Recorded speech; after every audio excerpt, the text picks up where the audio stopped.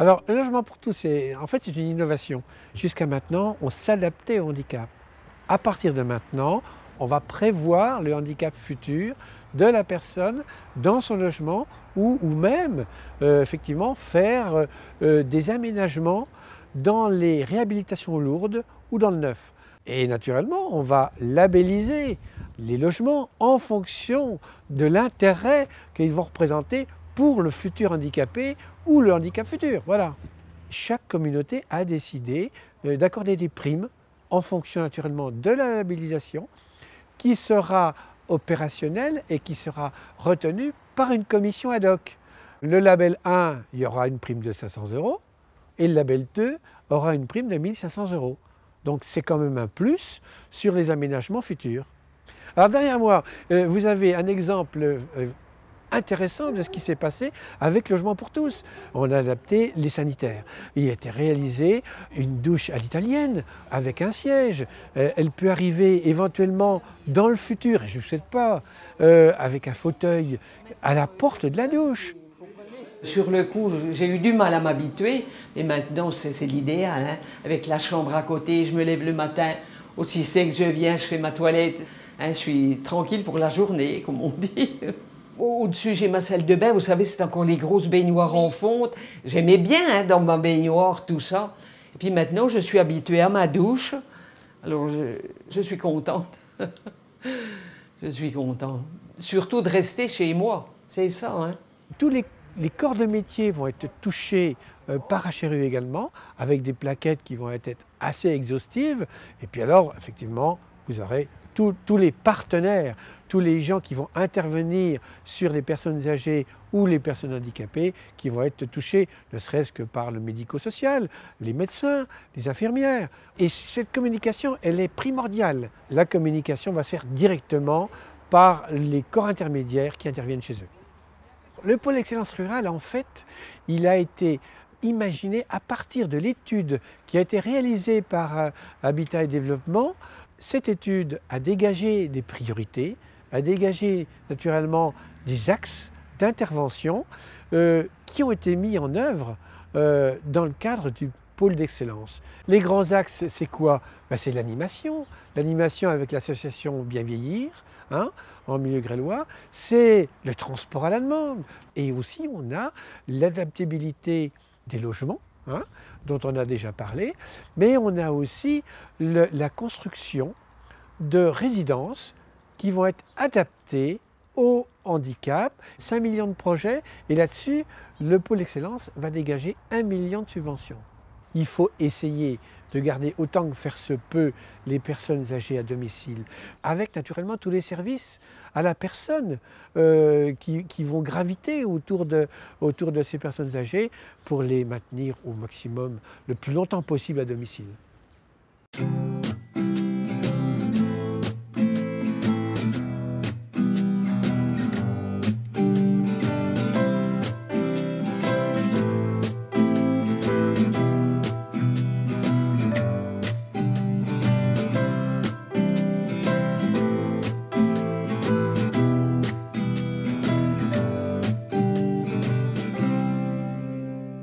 Ce sont des logements adaptés, mais ces logements, ils ont été conçus pour les anciens et avec eux. Ils nous formulaient deux demandes. Un, ils ne pouvaient plus rester chez eux dans leur maison parce qu'elle était trop grande et puis pas très adaptée. Et puis, ils voulaient aussi rester dans leur village où ils avaient vécu, à proximité des services, pour être en sécurité. Ces logements, on les a conçus avec eux et pour eux, des petits logements d'une cinquantaine de mètres carrés qui sont réellement adaptés pour des personnes qui ont déjà un peu moins de mobilité, mais qui sont quand même autonomes. Donc ces logements-là, on les a placés en plein cœur de village. Donc les personnes ne se sentent pas isolées. Et ça nous permet d'avoir du lien social avec les services ici qui sont à proximité. J'habitais sur la place, au-dessus de la banque. J'avais un appartement bien plus grand. Hein. Alors, bon, je me disais que ceci serait quand même mieux. Je regrettais un peu, mais bon, non, je suis bien contente maintenant. C'est-à-dire que, bon, la location est moins chère, puis on est tranquille.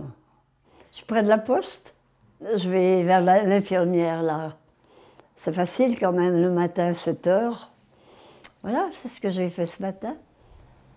Construire des murs, eh bien, c'est une chose, mais il faut mettre en place un service et s'engager sur l'humain pour pouvoir faire fonctionner tout ça. Donc c'est pour ça que la communauté de communes, dans ses missions, avait recruté un poste d'agent pour faire ce lien social. Vous comprenez bien que sur un territoire comme la Petite Montagne, avec 40 communes, eh bien, il fallait absolument que toutes les communes soient en mouvement. Alors pour cela, nous avons mis en place deux choses. Nous avons mis en place dans les communes ce qu'on a appelé un référent de la vie sociale, pour moi qui est la courroie de transmission avec toutes les communes, les 40 communes, et cette maison des aînés et des services qui est ici à Arinthod, parce que sinon ça ne marche pas. Et puis nous avons construit tout autour cette semaine intergénérationnelle qui fait le lien entre les associations, entre les anciens et les jeunes, les écoles, donc ça c'est parti.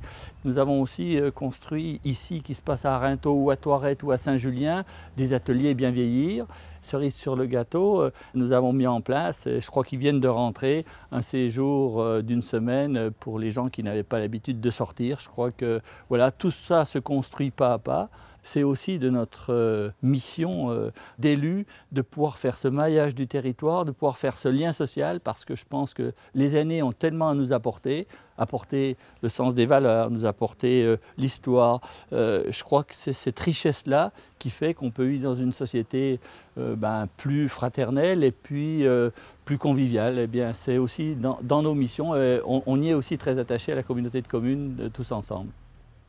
Les chiffres sur le vieillissement interpellent tous les acteurs. Alors aujourd'hui, il faut essayer de voir si effectivement le vieillissement c'est une chance ou est-ce qu'on le voit comme une charge pour notre société.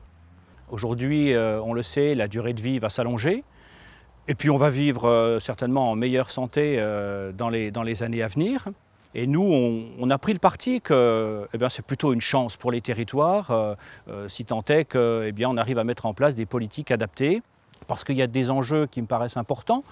Il y a des enjeux sociaux, en termes de cohésion sociale, des enjeux en termes de services à la population. Les services que l'on mettra en place pour les personnes âgées doivent aussi servir à l'ensemble de la population. Et puis, il y a des enjeux économiques, c'est la création d'emplois. C'est l'attractivité d'un territoire. Si on arrive à maintenir, à développer des services, une maison médicale, elle sert à l'ensemble de la population d'un territoire. Et puis, c'est aussi l'économie présentielle de services sur un territoire qui nous paraît un enjeu important.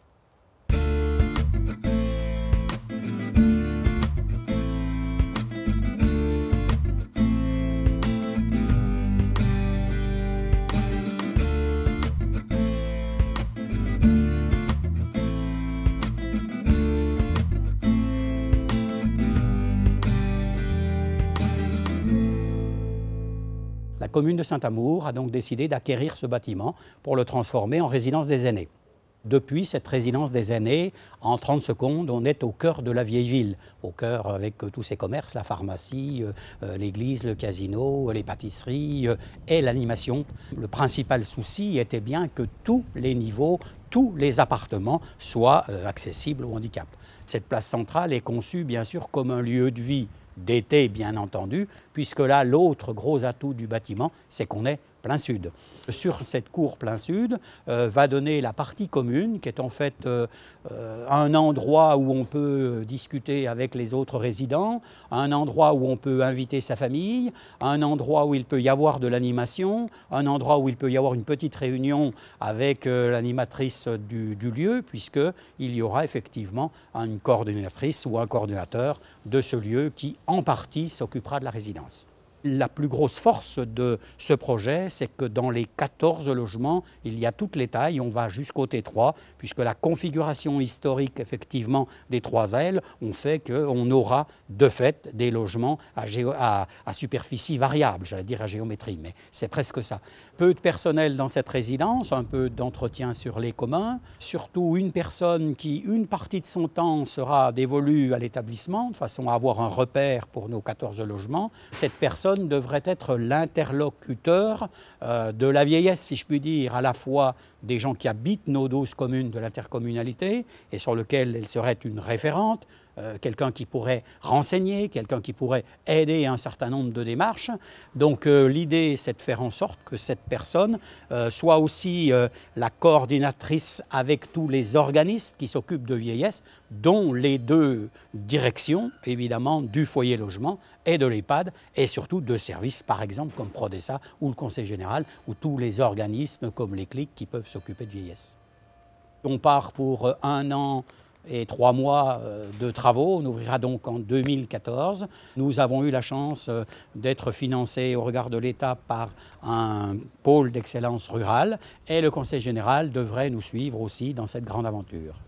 Le premier enseignement, c'est l'importance des territoires et le rôle des territoires, bien sûr, aux côtés des autres collectivités, et je pense notamment au Conseil général et ses politiques sociales, à côté bien sûr des CCAS, et on le voit bien, c'est sur les territoires que se construisent les réponses. Le deuxième enseignement que l'on peut tirer de cette expérimentation, c'est le fait qu'il n'y a pas de réponse type à coller sur tous les territoires. En fonction des spécificités, des réalités, des attentes des populations, eh bien je crois que c'est à l'échelon local qu'il faut construire les réponses. Et encore une fois, je pense que les territoires ont un rôle à jouer. Troisième enseignement, c'est qu'on ne peut plus raisonner de façon sectorielle. Ne s'intéresser qu'à la question du logement nous paraît réducteur. Ça veut dire qu'aujourd'hui, il faut embrasser les questions autour du logement, autour des services, autour de l'animation locale. Et là aussi, c'est quelque chose qui est indispensable pour réussir. Et puis le quatrième enseignement, c'est, je dirais, la synthèse du reste. Bâtir une politique territoriale autour du vieillissement, à l'instar de ce qui se fait aujourd'hui, par exemple, autour de la petite enfance. C'est construire un projet avec l'ensemble des acteurs. Chaque commune peut jouer un rôle. On ne fera pas des structures d'accueil dans tous les villages, mais il faut le travailler ensemble et apporter des réponses globales, cohérentes, en fonction des attentes des populations sur ces territoires.